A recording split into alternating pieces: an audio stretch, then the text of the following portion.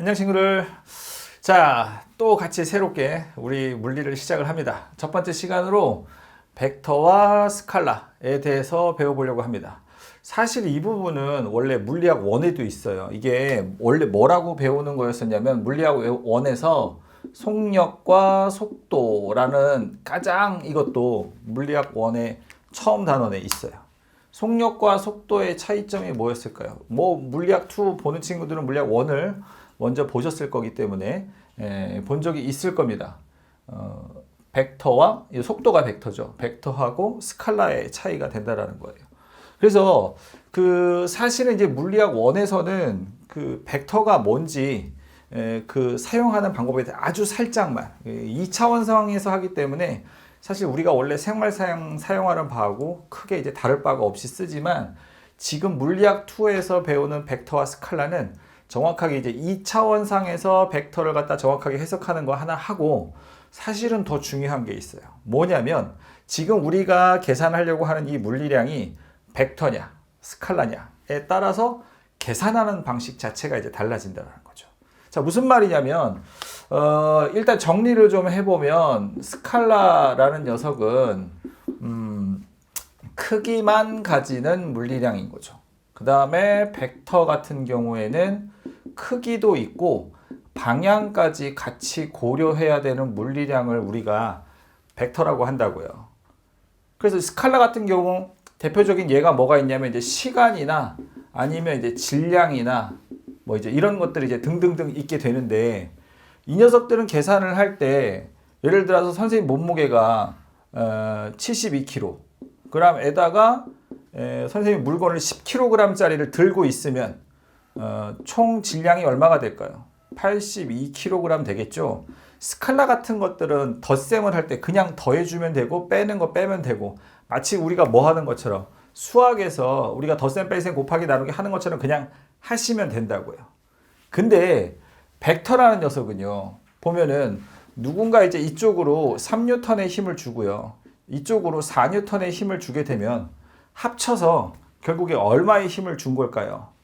3N, 7N이니까 7N을 준 게 아니고 우리 친구들 대충은 아실 텐데 이렇게 해가지고 어떻게 해요? 5N의 힘을 준 거랑 이제 똑같다라는 거죠. 그러니까 우리 친구들이 뭔가 물리량을 이제 계산해 내려고 하는데 지금 다루려고 하는 이 물리량이 벡터인지 스칼라인지가 정확하게 구별이 돼야 이런 식으로 계산할 건지 아니면 이런 식으로 계산할 건지 결정이 되기 때문에 이렇게 한다라는 거죠. 되게 재밌는 게 뭐냐면요, 물리학 2를 이제 해서 어느 정도 역학 한 중간까지 가는 그런 정도 수준이 된다면 자기도 모르게 벡터 계산에 더 익숙해질 수가 있어요. 그래서 오히려 스칼라 계산이 더 힘들 수가 있는 거죠. 예를 들면 스칼라 중에서 가장 중요한 게 뭐냐면 이제 일과 에너지가 돼요.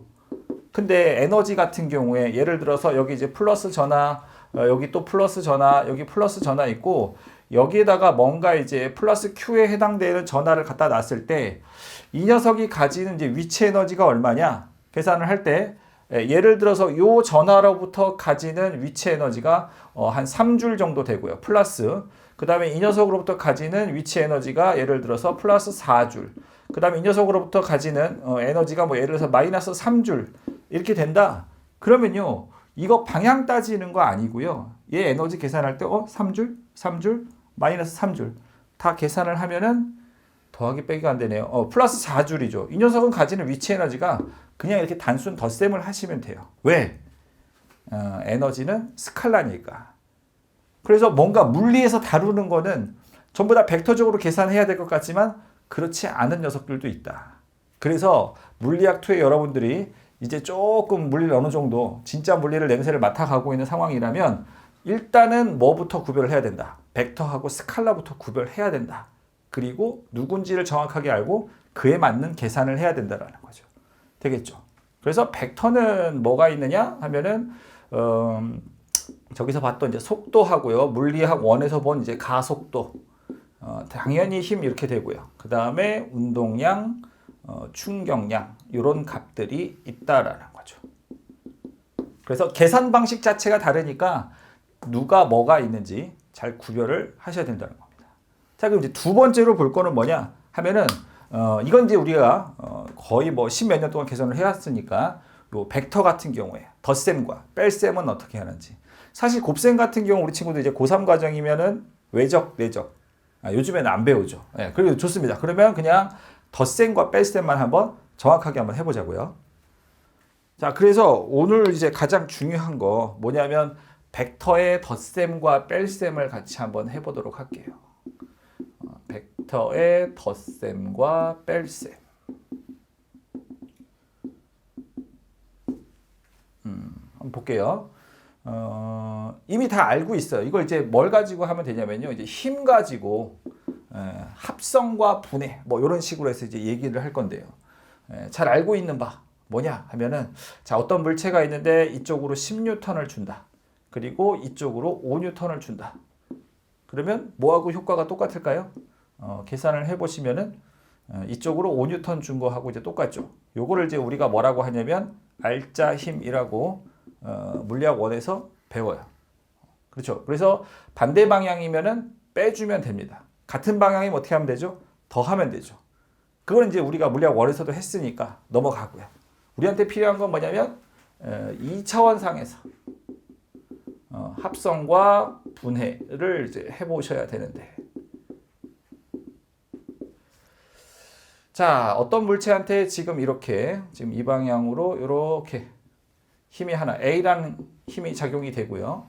그 다음에 이 방향으로 B라는 힘이 작용이 됩니다. 벡터는 이제 스칼라하고 이제 구별을 하기 위해서 위에 이제 화살 표시를 이제 하게 되는데, 지금만 이렇게 말씀을 드리고 그냥 빼고 할 수도 있어요. 우리가 아직 이런 표현에는 익숙하지 않은 상황이기 때문에 필요한 부분만 여러분들 문제 풀기 하기 위해서 부분만 이제 말씀을 드리면, 중학교 1학년 때 이제 뭐라고 배웠냐면 여기 이렇게 해가지고 평행사변형법이라고 해서 두 개의 힘을 가지고 평행사변형을 만든 다음에 이 녀석 둘로 인해서 만들어진 이 대각선, 요게 바로 A 플러스 B가 된다라는 거죠. 평행사변형을 만들어서 계산을 하시면 되는데, 우리가 보통 이제 다루는 경우는 이제 어떤 경우가 많냐면요. 이렇게 이제 어중간한 각도. 사실 이게 공식이 있어요. 이게 이제 세타라고 하면은 뭐 루트 안에 a제곱 플러스 b제곱 더하기 2ab의 코사인 세타라는 방식으로 계산을 하게 되어져 있긴 한데, 고등학교 과정에 물리학 2를 계산하게 된다면 이렇게 임의의 각도 세타로 되어 있을 때 하는 경우는 다루지 않고요. 그냥 어떻게 하냐면 이런 식이 되는 거죠. 뭐 이쪽으로 아까 얘기했던 것처럼 3N, 이쪽으로 4N 하게 되면은 직사각형 형태로 되어져 있을 때 이렇게 해서 피타고라스 정리를 해서 구할 수 있는 정도만 하실 수 있으면 된다라는 거죠. 그죠? 그래서 이제 이렇게 되어져 있고요. 한 가지 방법이 사실은 더 있어요. 어떻게 하냐면요. 삼각형법이라는 게 있는데 평행사변형법하고 똑같은 거예요. 똑같은 건데 이건 그냥 그림으로 그리기엔 이게 더 편해요. 자, A라는 벡터 또는 이제 힘에다가 B라는 벡터를 더해 줄 건데, 이 A라는 벡터가 있고 이 녀석이 이제 끝나는 점에다가 그 다음 더해줄 벡터를 이어서 그리시면 돼요. 얘를 갖다가 평행 이동시켜가지고 똑같은 녀석을 여기다 이렇게 그려주는 거죠. 그래서 합친 힘은 어떻게 되느냐? 처음 시작 지점에서 제일 최종 지점까지 이어주는 이게 바로 뭐가 된다? A 벡터하고 B 벡터의 합이 된다. 이렇게 계산하는 걸 갖다가 삼각형법이라고 이제 얘기를 하죠. 그래서 이제 모는 종이가 있고 해서 이제 그림으로 그릴 수 있는 경우라고 하면 이게 이제 편할 것 같고요. 근데 이런 것들은 이제 수치적으로 계산하기는 이제 쉽지 않으니까 수치적으로 계산할 때는 이렇게 놓고 계산을 하시면 됩니다. 되겠죠? 그래서 이렇게 하면 될 것 같고요. 그 다음에 사실은 이 합성보다 더 중요한 게 뭐냐 하면은 분해가 돼요. 분해. 그래서 힘의 분해. 벡터의 분해라고 이제 생각을 하시면 되는데, 예를 들어서 이제 요런 방향으로 F라는 힘이 작용이 됩니다. 그럼 우리는 보통 이런 힘을 갖다가 어떻게 분해를 하냐면요. 아무 방향이나 한 방향을 잡고요. 선생님은 지금 이제 X축 방향으로 이렇게 잡을게요.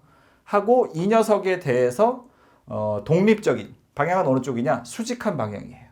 그래서 한 방향을 잡고 그 녀석에 대해서 수직한 방향, 이렇게 이제 두 가지 힘으로 분리를 한다는 얘기인 거죠.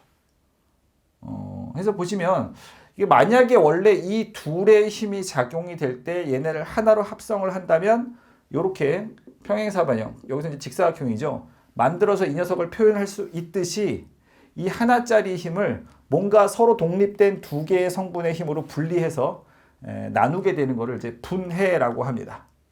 자, 그렇게 하면 예를 들어서 이 녀석은 이제 y축 방향이니까 fy로 놓고요. 여기도 사실은 이제 이 화살 표시가 있어야 되는데 그냥 빼고 계산만 하는 길이가 필요하니까 이렇게 할게요. 그 다음에 이 녀석을 fx로 놓을게요. 그리고 만약에 이 x축과 이루는 각도를 이제 세타라고 한다면 여기가 수직, 여기가 수직이기 때문에 fx하고 f는 서로 어떤 관계를 가지고 있느냐? 코사인 관계를 가지고 있죠. 그래서 코사인 세타가 빗변분의 밑변 해가지고 이제 이런 관계를 가지고 있어요. 그래서 우리는 fx를 어떻게 쓸 수 있느냐 하면은 f라는 값에다가 코사인 세타 곱한 거 이렇게 정리를 할 수가 있겠죠. 그래서 그냥 이거를 매번 이렇게 생각해서 하는 게 아니고 어떤 하나의 힘이나 벡터가 존재한다면 그 녀석에 대해서 이제 x축 방향으로 작용되는 그 벡터 성분은 어떻게 되느냐 이런 식으로 계산을 하면 된다는 거죠. 마찬가지로 fy를 구해 볼 건데 이 fy가 사실은 이제 뭐랑 똑같냐면 이제 이 녀석이랑 똑같은 거죠. 이것도 똑같이 fy가 될 수 있는 상황이죠. 그래서 자, 얘하고 얘는 서로 어떤 관계를 가지고 있느냐? 사인 세타의 관계를 가지고 있다고요. 그래서 사인 세타는 우리가 어떻게 놓을 수 있냐면 f분의 fy 이렇게 놓고 마찬가지로 이제 정리를 하자면 fy는 f에다가 사인 세타 곱한 거 이렇게 분해를 하시면 된다는 겁니다. 그래서 항상 이제 이렇게 이제 두 개의 힘을 하나로 표현할 수도 있고 하나짜리 힘을 이렇게 두 개로 표현할 수도 있는데 이 분해가 중요한 이유가 뭐냐 하면 선생님이 이제 간단한 예제로 한번 이런 거 보여드릴게요. 좌표 평면을 이제 간단하게 그리고요. 자, 지금 여기 이제 A라는 힘이 있어요. 이 녀석은 X축으로는 3칸 진행하고 Y축으로는 이제 2칸 진행한 녀석이라고 합시다. 3, 2 이렇게 해놓고 그 다음에 어느 쪽으로 잡을까요? 자, 이쪽으로 한번 잡아볼게요. 이렇게 해가지고 왼쪽으로 1만큼 마이너스 1이죠. 1만큼 이렇게 작용되는 B라는 힘이 있다고 볼게요. 그럼 이제 얘네들을 가지고 이제 그 합력을 합칠 텐데 계산을 할 텐데 보시면은 지금 이제 뭐 이렇게 평행사변형을 만들어 갖고 이제 이렇게 하는 방법이 있겠지만 자, 이렇게 생각을 해보자고요. A를 갖다가 X축 방향 힘과 Y축 방향 힘 두 개로 분리를 한다면 A라는 거는 X축 방향으로 3만큼이 작용이 되고 Y축 방향으로 이제 2만큼이 작용되는 이 두 녀석이 합쳐진 녀석이라고 생각을 한다면 마찬가지로 B 같은 경우에는 이렇게 Y축 방향으로 1이고 X축 방향 왼쪽으로 이제 1만큼 작용되는 걸로 생각할 수 있겠죠. 이 X축 방향으로 작용되는 것과 Y축 방향으로 작용되는 것은 서로 간에 영향을 미치지 않고 독립적이기 때문에 X축 방향끼리만 계산을 하면 어떻게 될까요? X축 방향끼리만 계산을 하면 오른쪽으로 3이고 왼쪽으로 1이니까는 왼쪽으로 빨간색이네요. 왼쪽으로 2만큼 작용된 거하고 효과가 똑같죠. 그리고 자, Y축을 생각해 보면 이 녀석은 위쪽으로 이만큼 작용이 되는 거고 얘도 위쪽으로 1만큼 작용되는 거니까 이건 결국에 위쪽으로 3만큼 작용이 되는 거죠. 그래서 하나, 둘, 셋 해가지고 위쪽으로 3만큼 이렇게 작용이 되는 상황이기 때문에 자, 둘을 합친 건 바로 뭐가 되죠? 이렇게 된다는 거죠. 그래서 우리는 계속 이 작업을 할 거예요. 뭘 할 거냐면 뭔가 임의의 방향으로 되어져 있는 녀석을 갖다가 둘을 갖다가 합치거나 분해하거나 계산을 해야 되는데 어떻게 하게 되냐면 한 방향과 그거의 수직한 독립적인 방향 두 개로 각각 성분으로 나누어서 분해를 한 다음에 각각 성분끼리 계산을 하고 최종 결과만 다시 합쳐주고 그러니까 이걸 계산하기 위해서 일단은 분해를 해야 되고요. 독립적인 계산을 한 다음에 최종적으로 다시 합성을 해줘야 우리가 원하는 최종 결과가 나오는 이런 형태가 돼요. 뭐 힘을 가지고 하던 전기 해석건 간에 이런 계산을 이제 계속 한다라는 거죠. 2차원 상에서. 그래서 이 부분이 굉장히 중요한 거다라고 말씀을 드리고 이게 가장 여러분들한테 조금 이제 실전적으로 사용될 수 있는 얘 한 가지만 보고 오늘 강의는 여기까지 하도록 할게요. 자, 이 경우가 되겠는데요. 많이 보신 적이 있을 거예요. 이거는 물리학 원에서도 가끔씩 나오는 상황입니다. 빗면에 올려져 놓인 물체인데 마찰이 없는 상황이다라고 생각을 할게요. 그랬을 때 이 녀석이 가만히 놓으면 이제 밑으로 내려가면서 속력이 점점 빨라질 텐데 가속도가 이제 어떻게 나오게 될까요? 이 부분을 한번 보자라는 거죠. 이걸 이제 힘을 이제 분해하고 합성하는 걸 잘 하실 수 있으면 상황적으로 정확하게 분석이 될 건데 보시면은 자, 일단 이 녀석한테 기본적으로 작용되는 힘은 뭐냐면 중력이 있습니다. 중력이 있죠. 근데 이거를 어떤 성분 두 개로 나눠서 분리해서 생각을 해보자고요. 어떻게 생각을 할 수 있느냐 하면은 일단 이 힘에 이 뭐죠? 경사면하고 나란한 방향의 성분의 힘 하고요. 그 다음에 얘한테 영향을 받지 않는 이 면에 대해서 수직한 방향의 성분의 힘 이렇게 이제 두 개로 분리를 할 수가 있다라는 거죠. 자, 그럼 이제 각도를 좀 생각을 해보시면 이렇게 내려가지고 여기가 90 세타니까 이 부분이 뭐가 될 거냐면 세타가 될 겁니다. 그럼 우리 지금 잘 보셔야 되는 게 지금 이 mg에 해당되는 게요. 이렇게 되어져 있지만 여기 지금 이 상황에서 보면 빗변에 해당되는 겁니다. 빗변이고 지금 여기가 밑변 되는 거고요. 이 부분이 높이가 되는 거죠. 그래서 얘네 둘을 갖다가 fy 성분, 요 y 방향이라고 하고 여기로 움직일 거니까 이 녀석을 이제 fx로 놓을게요. 그러면 mg하고 fy하고 서로 코사인 세타의 관계. 그죠? 그러니까는 코사인 세타는 mg분의 fy. 그러니까는 우리가 fy를 뭐라고 놓을 수 있냐면 mg 코사인 세타로 놓을 수가 있겠죠. 이 녀석은 mg 코사인 세타. 그 다음에 하나는 뭐냐면 자, 여기 지금 fx가 여기 요 방향하고 똑같은 거예요. 그러니까 지금 보시면은 요 각도를 기준으로 사인 세타의 관계를 가지고 있기 때문에 사인 세타는 mg분의 fx 해서 fx는 mg 코사인 세타로 놓을 수가 있죠. 그래서 이 녀석은 mg 사인 세타가 된다.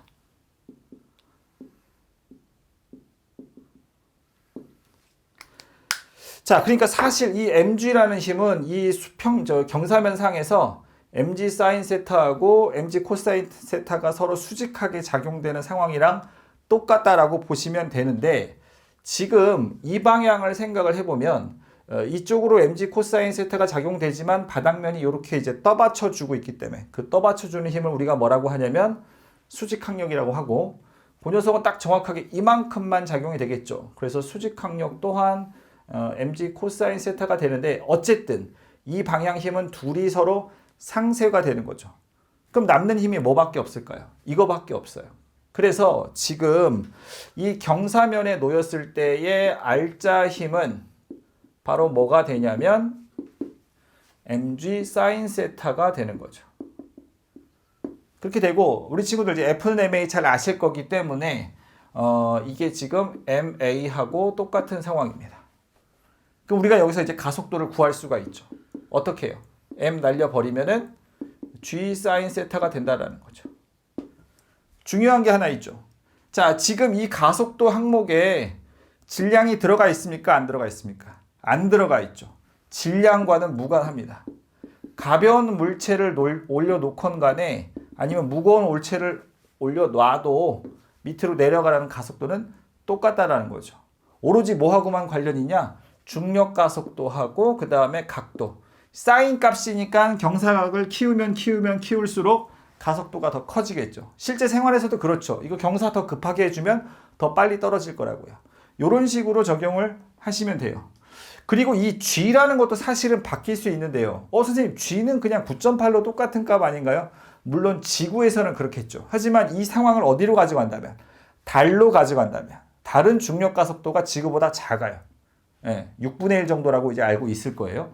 그럼 여기 나왔을 때 지구에서보다는 6분의 1만큼 작은 가속도를 받으니까 천천히 내려가겠죠. 똑같은 빗면을 달에 가져가면 천천히 내려갈 거라고요.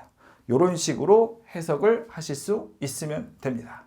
자, 그래서 벡터하고 스칼라는 어떻게 차이가 나는 녀석인지, 그래서 누구는 벡터를 계산하고 누구는 스칼라 방식으로 계산해야 되는지 정하고, 그 다음에 구체적인 벡터 계산으로 들어와서 일차원상에서의 움직임 또는 힘에 대해서 다룰 때 어떻게 분해를 해서 생각을 한다? 한 방향과 그거에 대해서 독립적인 수직한 방향, 이렇게 두 개로 분리해서 계산을 하게 된다. 되겠죠?